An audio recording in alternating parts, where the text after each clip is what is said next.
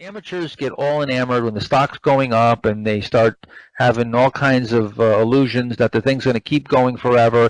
And then because a lot of times the momentum is so great, they'll sell it and then it'll go higher and they'll think, that was a dumb thing to do. But you're not going to get the high. The chances of you getting the high even once in a blue moon are almost zero.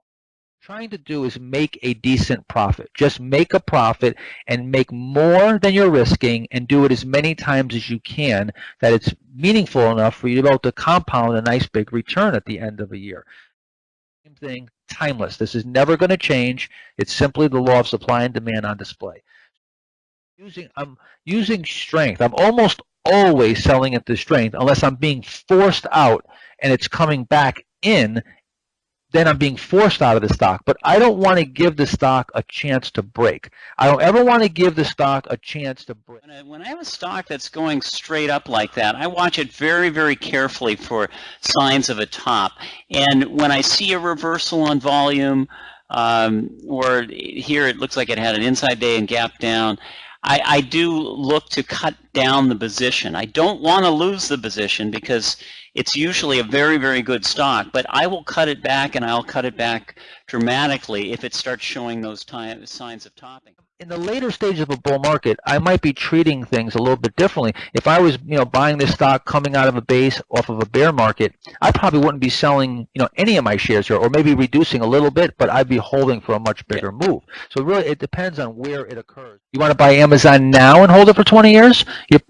I could tell you right now, you're not getting 80,000% out of it in the next 20 years, and I doubt you're going to get 2,500% in the next 16 months. Okay, but that's when, at this point, nobody even knew Amazon, and those who did hated Amazon. Amazon was one of the most hated companies for as far as I can remember. It's only in very recent times that people started saying that Amazon could even make money. It was thought that Amazon would never make any money. So you want to find the next Amazon. The reason why you want to concentrate is a few things. First of all, you want to be able to manage things. And if you're spread out all over the place, you're not going to be able to know what you need to know about each stock, and you're not going to really be focused on those holdings. And I can assure you that if you have big positions, you're going to be much more likely to be very attentive to those positions, because you know that if one of them move against you, you can take much bigger losses because you have such concentration. So it's going to automatically keep you focused. And here's the other thing. It's going to allow you what I call the luxury of integrity, or the luxury of being patient. And the reason why you're able to be patient is because if you concentrate, when things work, you're going to be able to make money very rapidly. Say you're out of the market for 4 or 5 months and the market's even moving higher, it doesn't ever bother me. I don't care if I'm out of the market for long stretches of time, because I know that once I go into that market, once I go into the stock market and I start buying positions, if I'm pretty concentrated, then I'm going to be able to move my equity up very rapidly. But I want to make sure that I'm in at the right time. So what do you say there, Dave, on this rule? When the stock market has 8 or 10,000 choices, and you're trying to boil it down to only the top 5 or 10, well, you're going to really boil it down to the very, very best names. And that's really important, that you are able to really, really focus on the absolute best names to make the biggest moves and the biggest return possible in the shortest period of time. I would say, when you are concentrating, you don't have to concentrate. I'd say you have to do it in steps. I mean, I usually take my portfolio, I divide it into 10 sections, a 10% position in 10 different stocks. And then that's where I start. I usually buy a 5% position, and within a day or two, that's up to a 10% position if the stock starts moving very well. Then for that stock to get up to a 20% position or even more, I want to see that stock make a nice move, build another base, and then I'll even add to it on that second base. And so then the stock is maybe a 20-25% position, and that's where you really get some great gains. So rule number one is like David said, concentrate. Don't diversify. Now, that doesn't mean that you don't you don't want to have no diversification. You're going to have some diversification, but I know in my own trading, even to this day, I'm not widely diversified, and I'm much more conservative than I was when I didn't have a whole lot of money, and and my portfolio wasn't that large.